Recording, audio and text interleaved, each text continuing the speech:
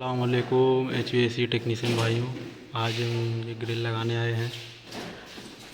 ये देखिए, ये रिटर्न है, ये सप्लाई है।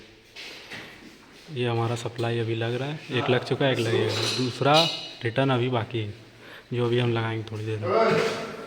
ये हमारे डक्टिंग के फोरमैन हैं। ये सी क्लैंप लगाए अभी, एक यहाँ एक वहाँ, अभी लगाएंगे एक, दो क्लैंप यहाँ लग चुका है और अभी लगेगा।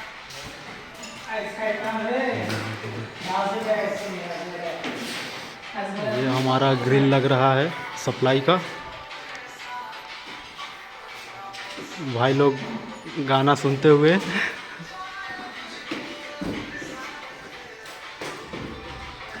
एंजॉय करते हुए काम कर रहे हैं। ये देखिए,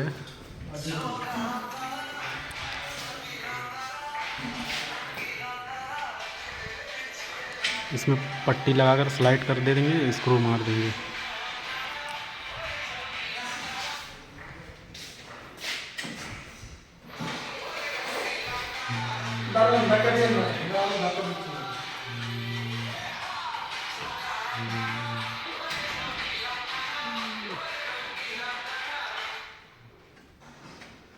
Hello guys, Assalamualaikum. I'm with a friend. HVAC. How can you